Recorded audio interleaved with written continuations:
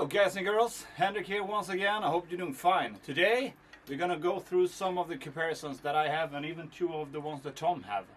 So I hope you're gonna enjoy this.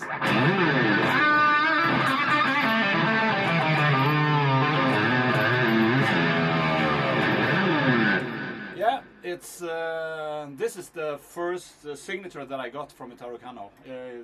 The first one, the actual first one, if you, I don't know, whatever you say, the first one that I got from Italo Cano was a tat, which was just a through and through, that means.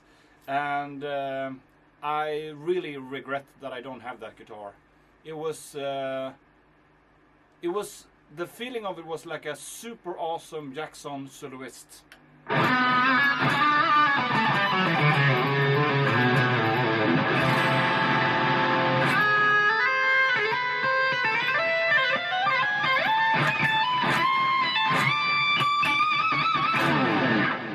So it's a very different feeling. It has more of a, this has like a Gibson measure, and of course the extra 27 frets, so extra 5 frets really makes a difference, you know.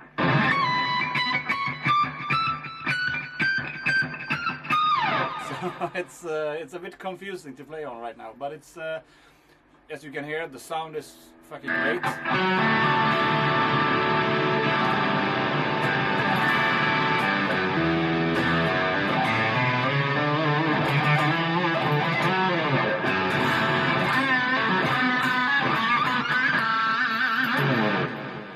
And if I go a little bit, you see it's a bit beaten up over the years. And but the cool thing is, it's an amazing guitar, and I just had it going back to the original thing, which is 9-42 and in standard.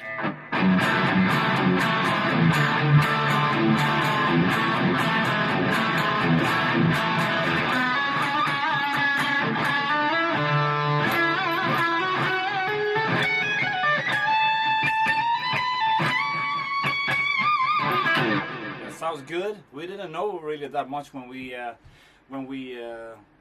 set up the specs for this one. So yeah, let's do a little history thing. We knew that Mattias Eklund of Free Kitchen had Caparison guitars, and so we contacted him, and he said, and we asked him if he can help us out with the contact, and he said, of course. So then we tried one of his, he had a Sparkle Horus that we tried, and it was not really set up that good. But we were like, yeah, this is super cool, and it looked great, and it was cool with the 27 frets and like this thing. And he had a push, so that was the first time that I had contact with that thing, and I thought it was a bit weird, just like a lot of people think it's weird now when I see it on my Charvels. So what I did for the first spec, when I spec'd this guitar out, I wanted to have its medium frets on it, because I had it on my Rebeach Ibanez Voyager, the RBM1, the Voyager had that, and so that was something that we spec'd out. So the first guitars that we had, me and Tom, are pretty much identical. And I wanted to have a 3, the switch, and of course this is fucked up now, so that is a later video, I'm sorry. We wanted and we really didn't know what kind of pickups we wanted, so Tom was working at a music store at that time, and we kind of, there was an Ibanez Joe Satriani guitar that really stood out in the sound, we thought, and we figured, it said that it had a Fred pickup, so we told Italo Cano that we wanted the bridge mic to bridge microphone to be voiced like the Fred, so a bit MIDI, more mid, and what else? Yeah, the 3 toggle switch, which so this is the only guitar that I have from Caparison that Italo built for me that has this thing. So after that, as you know, moved down here, where you can. Well, I have all my volumes nowadays, and it also has the push, and I believe some Evergrey and Caparison freaks out there might know. Maybe I'm wrong, but I believe that this is the first oiled guitar that they made for somebody. And so if you look at some of the guitars now, you see where the position is, and yeah. So I was very proud that I changed that, and now it's like more of the standard position for these guitars. And from that I moved on to jumbo frets as well, which I have now. So it was very interesting that when I spec'd out my first guitar, I really didn't know. So it's a big thing to when you order a custom guitar, and I think that there's a lot of things that you should that you have to pay attention to that I didn't. And on the other hand, I don't really mind, because if a guitar feels good, I don't give a fuck if it's medium, jumbo or whatever, scalloped, or the mic configuration. What the fuck? It's too early. Let's have some coffee. My configuration, is that the correct way to say it? You know, English is not my native tongue, but I mean,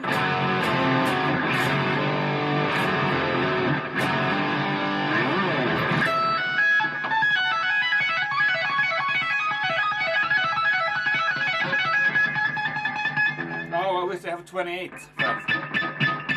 No, but it's just so weird. I mean, yeah,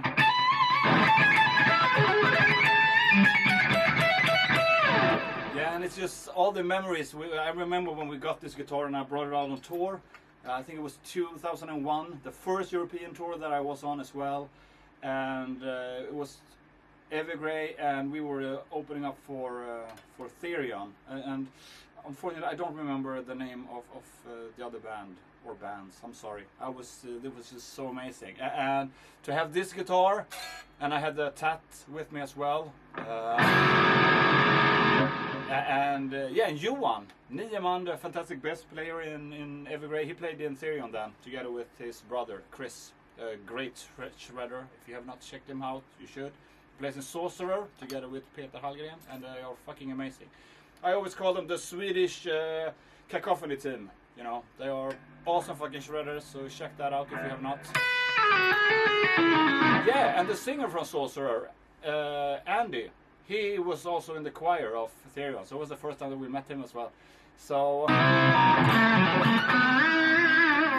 yeah, so another good story from that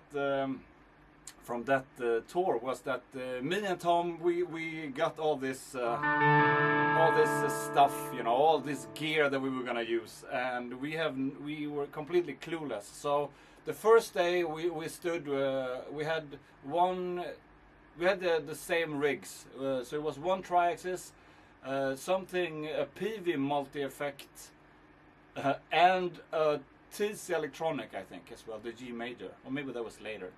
Fuck it. At least I know there was the PV and the tri-axis and some power amp from PV. And we just came with that. They looked great and some wireless systems as well. And we didn't know how to connect it. So we were standing on the first show in like a wardrobe thing together with Chris Niemann and Johan Niemann. They were helping us out, trying to figure this out. So you can imagine the sound, how it sounded. Not that great, you know. But they figured it out together with us, and then we had these guitars, and it was an amazing feeling.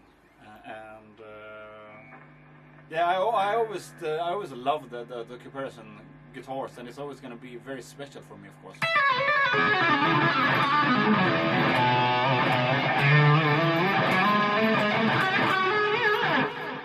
So and I promised to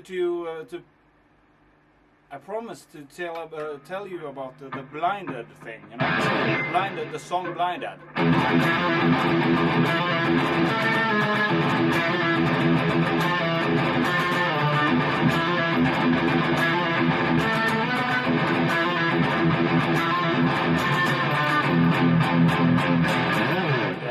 you know what? Let's fucking try the solo as well.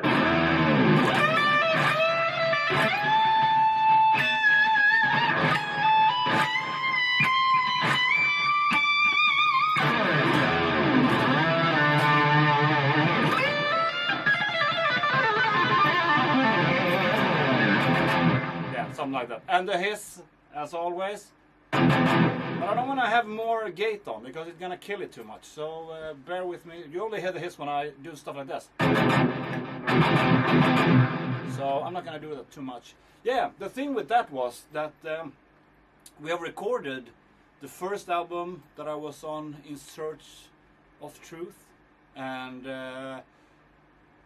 we were gonna play the first show, for the release party for that album. And when I was soundchecking the guitar, I went like, and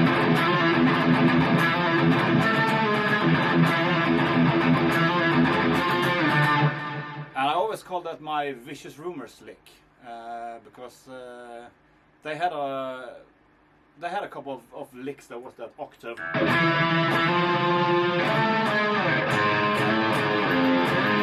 That kind of vibe, you know, and yeah, you probably know about Vicious Rumors. The Digital Dictator is a great fucking album, and I mean, Vinnie Moore played on the first Vicious Rumors album, and then they had Mark McGee, who is a great fucking player that you really should check out, and Jeff Thorpe, that is a guitar player that's like the founding member of that band. It's a great fucking band, and yeah, I dwell well on that. But the thing was, when I was playing this on the soundcheck, Sven, that was the keyboard player at that time, Sven, I don't know why I had to say that so loud. It was he was like, "Hey, that is a great fucking riff. What is that?" And I told him that's my Vicious Rumors lick. And as he was like, "Remember that?" And of course, I remember that because I've been playing it for so many times. I didn't think it was gonna suit for Evergrey. And what do you know? A couple of albums later, it's or maybe the album later. I don't remember right now. It's on there. So it's and it's a bit tricky.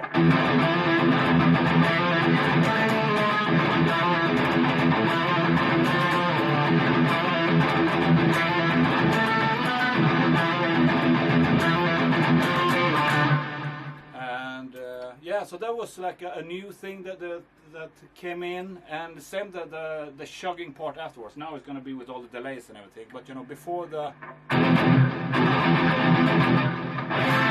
all that stuff we really didn't have before, so that was we started with that. Really opened up a lot of like a new thing with Evergrey as well. So that was cool, and it was played on this guitar as well, you know, and some of the things that just pops up in my head now. What is like End of Your Days.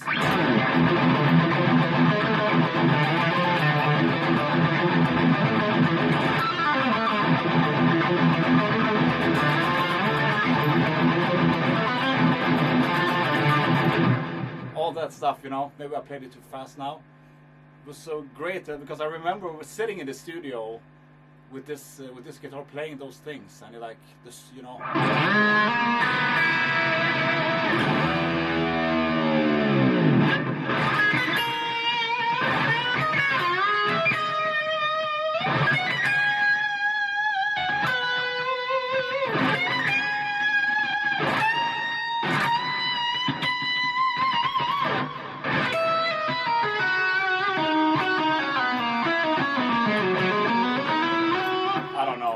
That was one thing that I just improvised that one, and I never really took the time to learn it again.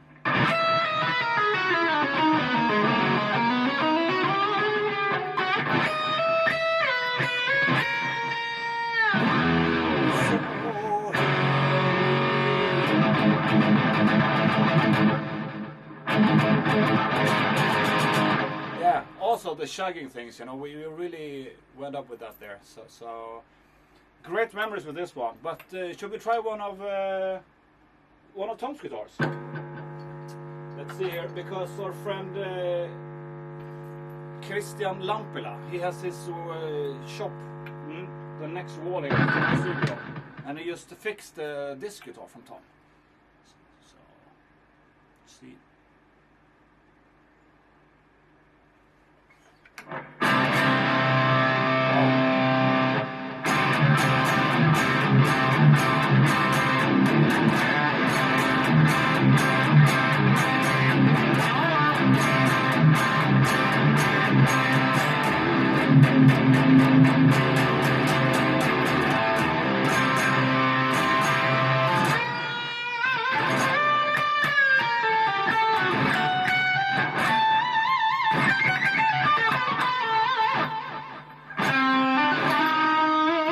Yeah, drop C.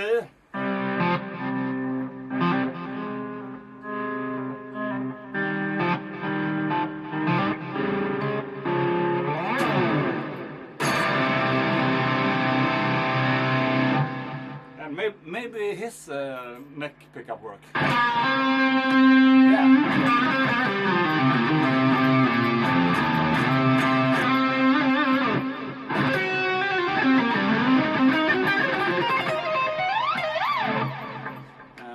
I'm thinking of using my guitar to put it down with even lighter gauge of strings on, maybe like an 8, and still have it in standard, because I think that all this,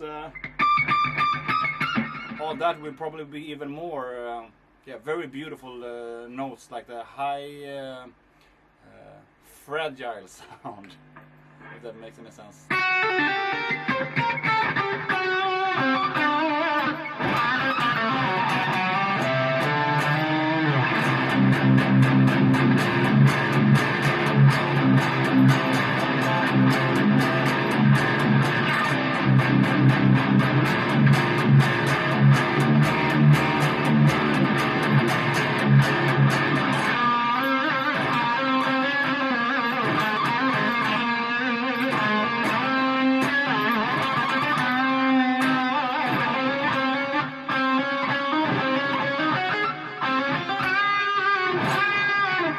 What the fuck?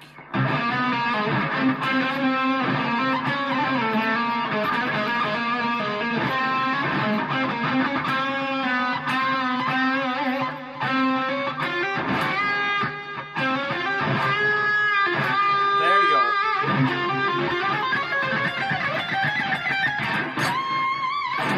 And I think Tom has a fantastic fucking solo with that. That was one of the where I really think that we had two really badass solos after one each other, and so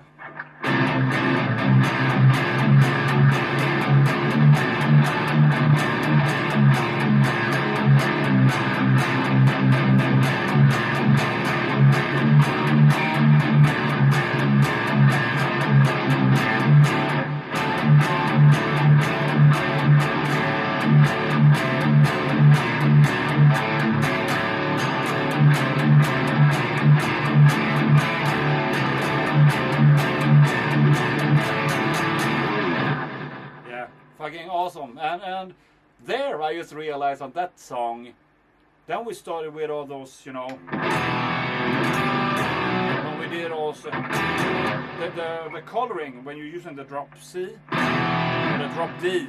This more than ever is actually a drop D song. But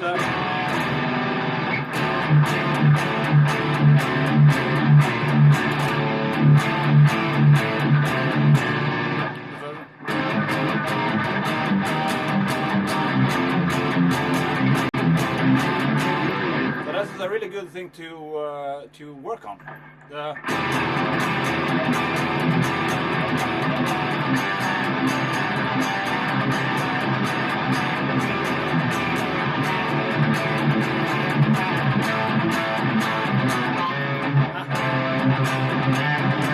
don't know, I'm just fucking getting carried away here now. You're down on memory lane. So many good memories with these guitars.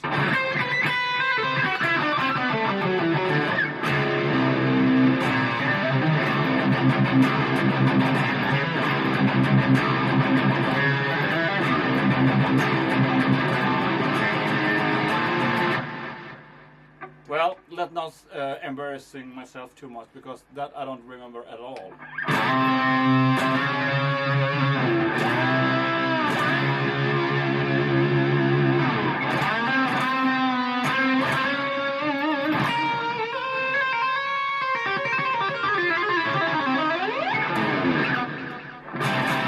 Yeah, I think that Lampada did a great job.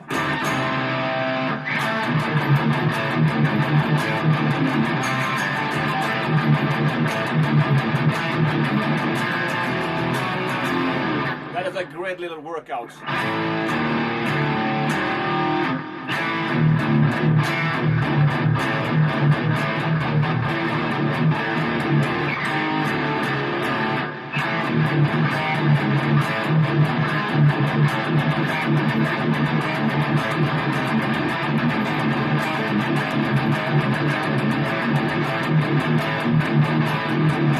And I mean, you don't have to do it downstrokes.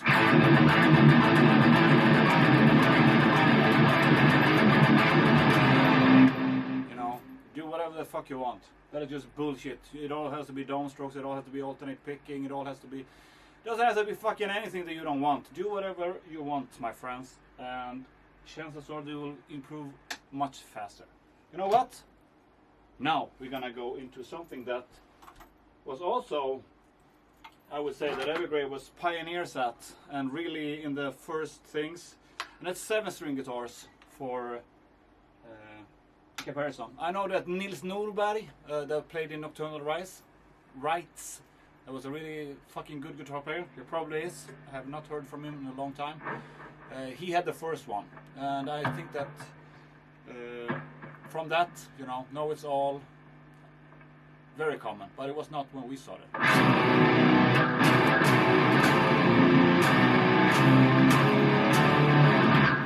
This is very unusual for me. Like you probably know, when we're doing all the 7-string songs, I use a standard tune guitar, and I use the drop pedal. And you might wonder what the drop pedal is. And if I would play like, and I put that in,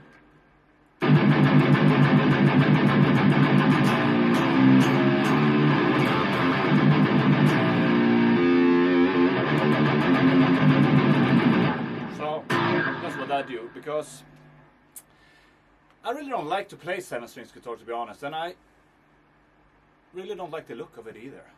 Except for some guitars that is like the classics. I would love to have a white Universe, the one that Steve Vai has on the back, on or in the sleeve, maybe it is, on Passion Warfare. That is one that I love.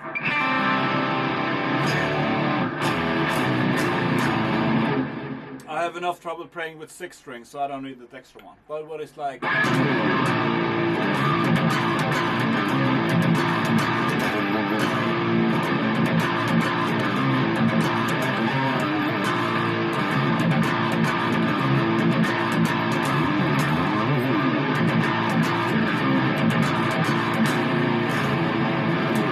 Notice when I play this now on a 7-string with the thicker strings, I like kind of overdo it. Like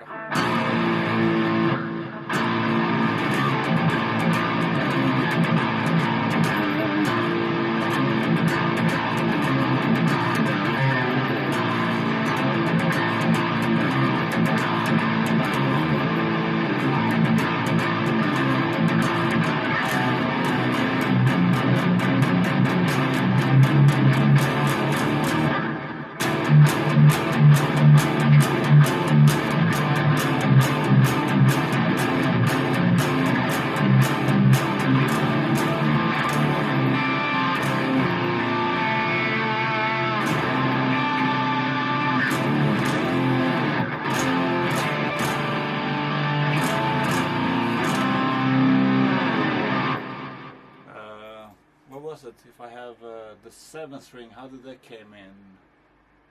Yeah, first time it came in with Evergrey. I need more coffee. Sorry for, it's gonna be what you call a cliffhanger, right? Yeah, so first time that we used a 7-string with Evergrey was on Recreation Day. And we had, it was so good so we can get it in.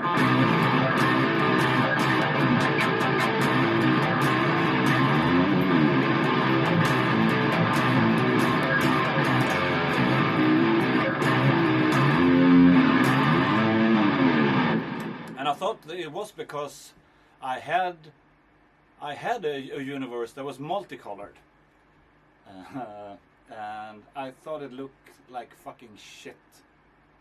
But that was the only one that I could find, so I had it. And for the longest time I had little colored Evergrey stickers on it, even though I didn't play in Evergrey at that time, but I still even thought that they looked better.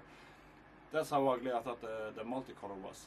So one day I brought the guitar home to my parents, and my dad has this one of like a heat gun. So I just took away all the paint. I think it took 20 minutes. I didn't even take away the pickups. So the Demorsio Blaze pickups were kind of started to melt a little bit here on the, and yeah, those guitars go for crazy money now. But I thought it was way much cooler, and that was the first guitar that I really got. No, that was the second guitar that I had in wood, because the first one in all wood was the Kuba guitar from the Rebitch model from Ibanez, and so that's where it started with the wood thing that I had for so long, up until I went with Charvel, and I wanted to go for some more traditional. But you still see now it's a lot of wood on my guitars, visible wood. So.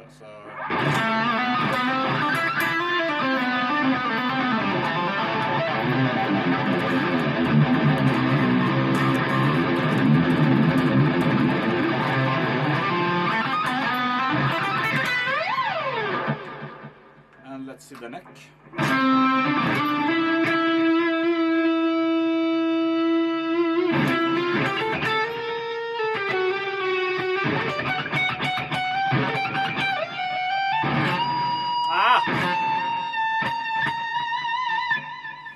I went a little bit too far. Yeah.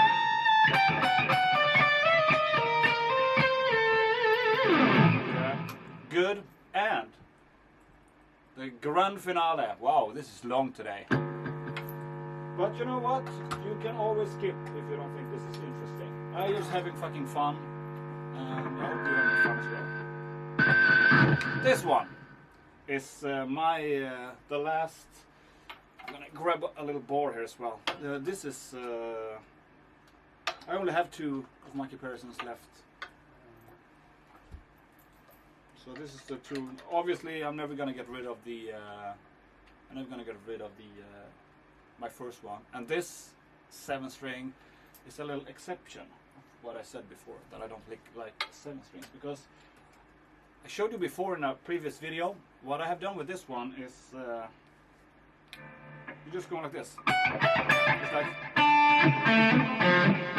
this is all the same. It's dropped one hole, so this is D. But it's going like this. So this is 3 octaves of E there, and pretty much like you see the Paul Gilbert guitar that he has, the small one with only 3 E strings. This is on the same thing, but on a 7-string guitar. So what you can do that is like.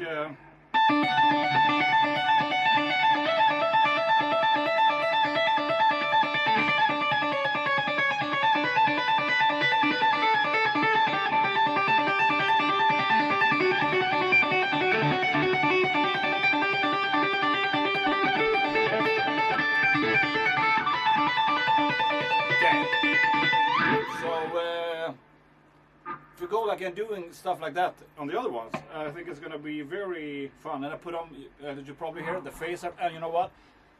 I have a 3rd delay, so.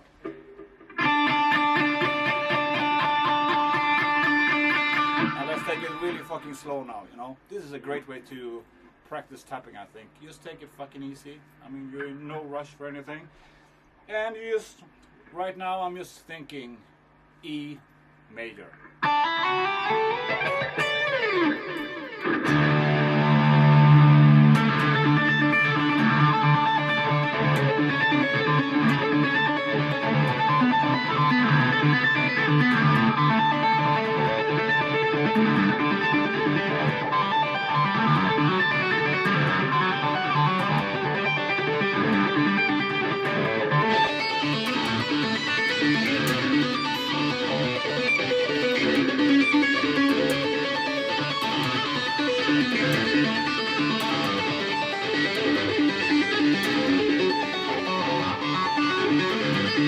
The camera died.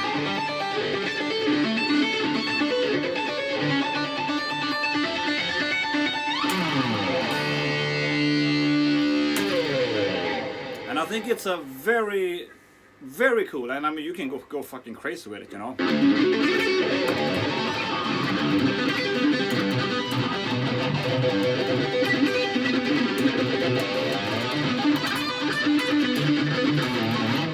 And it's crazy when you're doing the tapping stuff, you know.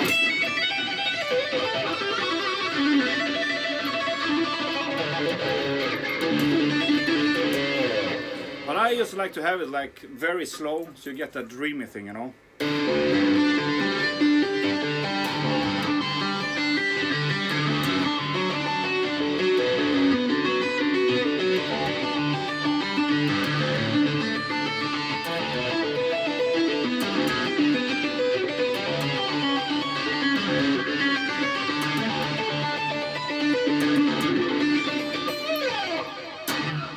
And I thought that I was really, that I was the first one. Now you're gonna see my face, but, or should I go like this?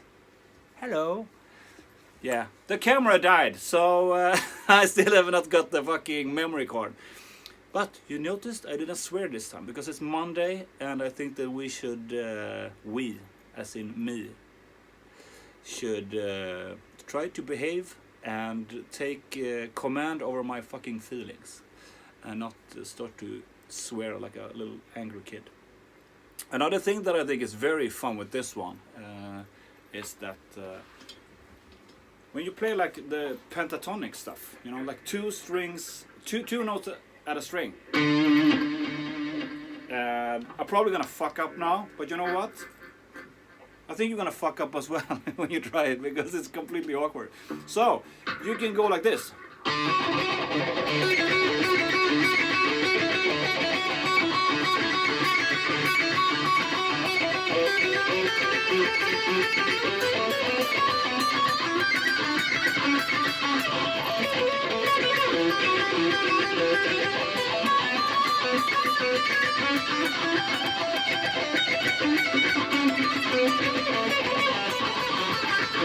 Whoa!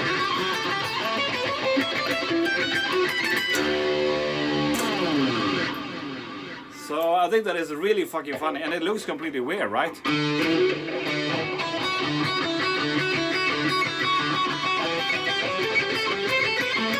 You can do whatever you want, but I just like that.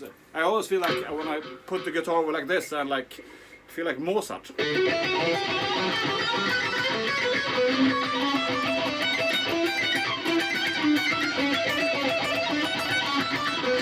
Yeah, I'm not gonna go into that now and make a complete ass out of myself.